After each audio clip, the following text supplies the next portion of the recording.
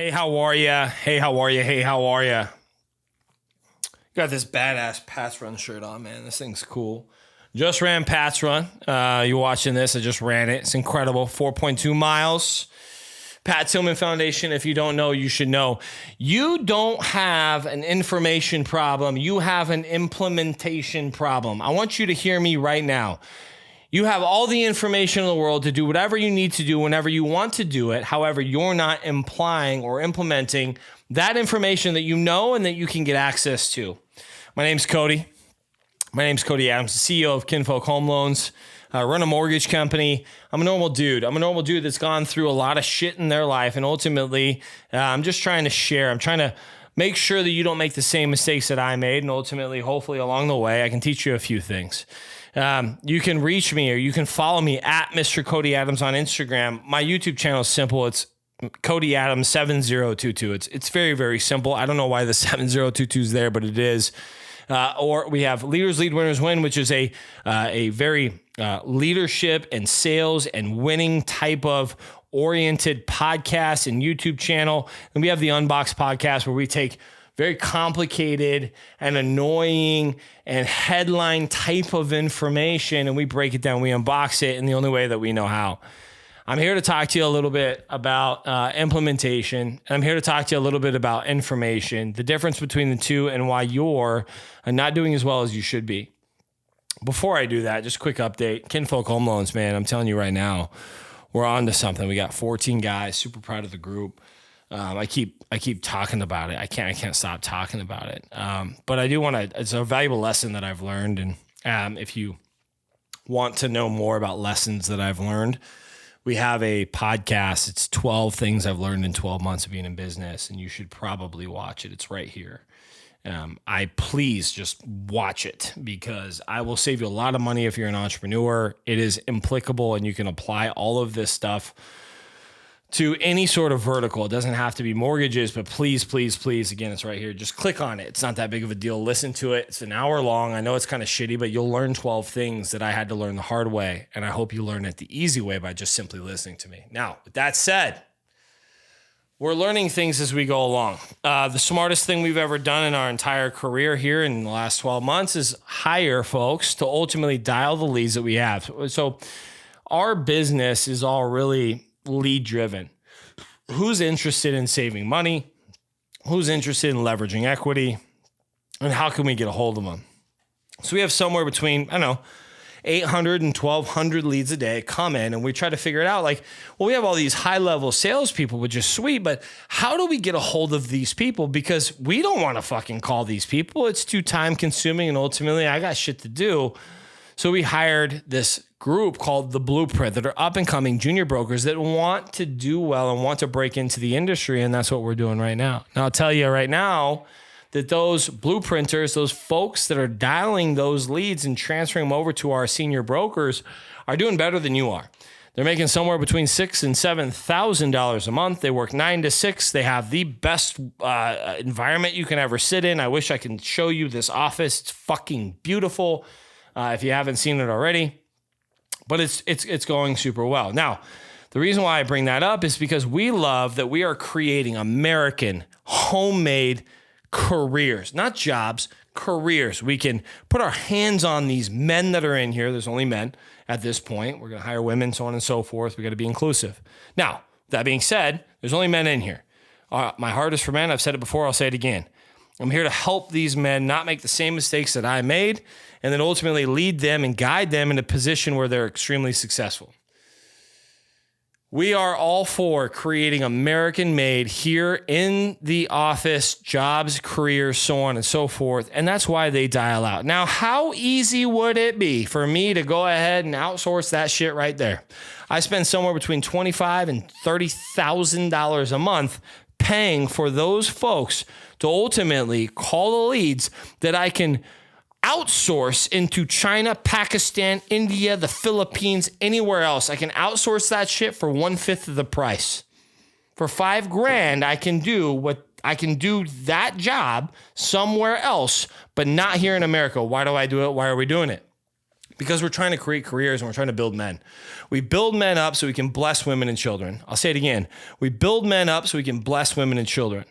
Remember, folks, we're a binary type folk here. There's no they, them. There's no bullshit in between. It is XX and XY. That's how we roll. It is what it is. If you disagree, please tell me why. But the truth is, that's the fucking science. It is binary. It is male or female, period. We build men up to bless women and children. Sorry to go off on a fucking tangent, but the shit pisses me off. I'm so sick of this shit, Pastor Rob. Over and over, man. So, anyways, I apologize.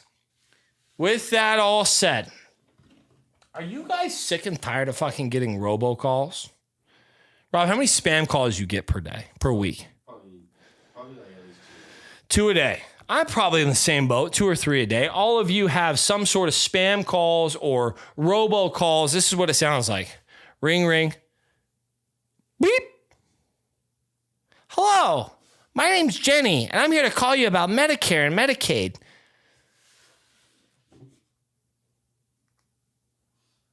I can't tell you how much it frustrates me to get those phone calls because it's so lazy by the business owner. I'm a business owner. So I look at things a little bit differently. You look at it as an annoyance. I look at it as laziness. I look at it as a business that ultimately is just asleep at the wheel. You need live American humans. Again, if you're in America, have Americans call and so on and so forth. But you need people to speak your same language. I'm sorry, it is what it is. If you speak Spanish, then you should speak Spanish and have that vertical. If you speak French, so on and so forth. I'm not being any sort of racist or stereotypical. It's just the truth. I'm talking robocalls versus real American careers. I'm so sick of it. And it's bad business. It's bad business to have robocalls and all this other bullshit. Or, you hear all this stuff, man. You hear like dropped voicemails or dropped emails. How about you actually have some personal touch? Personal touch and word of mouth is still the best marketing campaign that you possibly have. Okay, I'm sorry. I got off track. I wanted to share that with you. Hopefully you liked it. I'm here to talk to you about information versus implementation. I want to talk to you about it in 4 categories, okay? So the first thing I want to talk to you about is fitness. Yeah, it's fitness right here. So the reason why I say that is because I just finished 75 Hard. And let's go through this information versus implementation thing. I don't care who you are, where you came from, what your name is, what hardships you've had, how tall you are, how fat or skinny you are, how short you are. I don't care what predispositions you have. The reality is, my friends, ladies and gentlemen, you have the information at your fingertips right now in this snapshot of history of which you're living in, because you will die at some point and ultimately life will go on. The earth will go on. Your name will be forgotten unless you leave a legacy, and I challenge you to do so. Your name will be forgotten unless you leave a legacy, and I challenge you to do so. Your name will be forgotten, and I hope you leave a legacy and so on and so forth. But here's what I'll tell you. You have more information at your fingertips than you ever have in your entire life, ever. You don't have an information problem. You can go on YouTube and learn how to lose weight. You can go on YouTube and learn how to get a six-pack. You can learn how to gain muscle or gain fat. I don't care what it is. You can learn anything you want on YouTube, or you can Google it, DuckDuckGo, as we like to use. It doesn't matter what it is, but you have all the information at your fingertip. So you're fat not because of an information problem. It's not like 30 years ago where you had to go and spend money on a personal trainer to actually get the information to lose some weight. You can go on YouTube. So it's not an information problem. It's an implementation problem because you think you're going to live forever. Information versus implementation. You think, I'm going to live forever. It doesn't matter.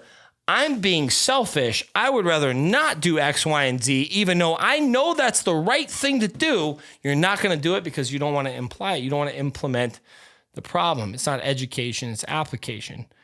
It's not information. It's implementation. So you have everything at your fingertips. If you want a better family and learn how to be a better parent, this is something that's near and dear to my heart, man. I am walking into a position where I love my girlfriend, Chloe, a ton, and we have a stepdaughter. It is not my child. However, I am stepping into the father role, stepfather role specifically. And I am trying to learn how to father and be a parent. 32 years old at the time of this recording. I'm trying to figure it out. Good news is I got all the information I need. Just bought a bookshelf worth of books on parenting. I got YouTube. I got great friends like Pastor Rob that have 2 kids himself. He gave me a lot of good advice today. I don't have an information problem.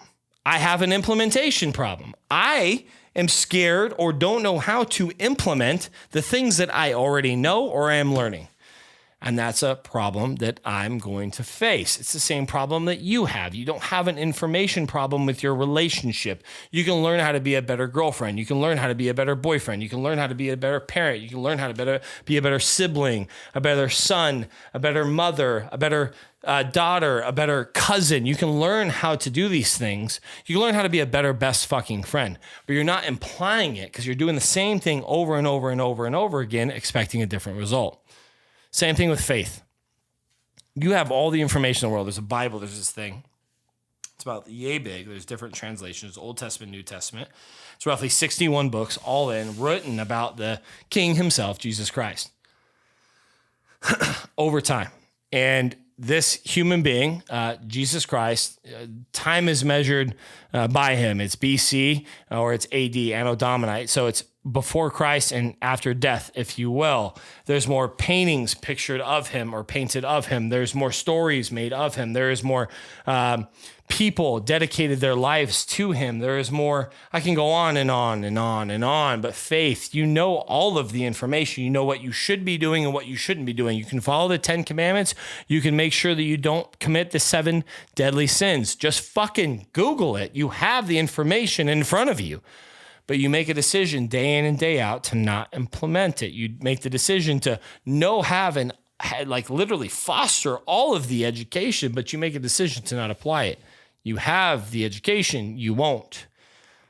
Allow yourself to enjoy the application. Lastly, certainly not, I would say probably least, because faith should have been number 1, is work, man. I've probably led, 1,500, 2,000 people over the last decade in one way, shape, or form. And I'll tell you right now, all of you know exactly what you should be doing, when you should be doing it. And if you don't, you have all the information at your fingertips to figure it out. You have people doing it in front of you. So, for example, in mortgages, we have a bullpen out here, man. It's like a fucking pit. It's a pit of just vipers, sales vipers that just absolutely are fucking snakes out there that are making sure that clients are getting taken care of with their best interests in mind, which is the best part about it. We're not selling timeshares. We ain't selling anything that costs any money. We're sitting out here just making sure that people are getting the best deal on their fucking mortgage, period. And that's what we do. And they're a bunch of vipers. It's a pit out there. Now, if my guys don't know how to do something or have questions, they have their first line of defense. Guess what it is? Us. They have their friends and colleagues around them that have done it. They have sales podcasts that I've turned them on to. There's sales scripts. There's sales books. There's YouTube videos. Jeremy Lee Minor is a great fiction. I love Jeremy Lee Minor. He's an incredible dude. I saw him at Waste Management. I said what's up to him. I don't think he said what's up to me. That's completely fine. Great salesperson. It's 7th level sales. Shout out to him. There's all of this information. There's all of this education on how to do great things within sales. Same thing with what you do. I don't care if you're an interior designer or you sell insurance or you're a plumber, you're a firefighter, Rob, medic, Rob, you know what I'm saying? It doesn't matter what you do. There's information out there. It's up to you and if you're going to apply that information and take your life to the next level. So, man, it's been an awesome podcast. I'm exhausted. It's been a long week. I'm super proud of the group, super proud of my company. I'm super proud of what we're doing, Rob. I mean, we're literally kicking ass and taking names. We have a whole direction that we're going to take the podcast. We have a whole direction that we're going to take the YouTube channel specifically. And I can't wait for you guys to see what's about to unfold, because my hope is not because of ego, not because of a vision that we're going to be a big, bad YouTube channel, but just simply because I think we have a good message and I think we have some stuff that people can learn from.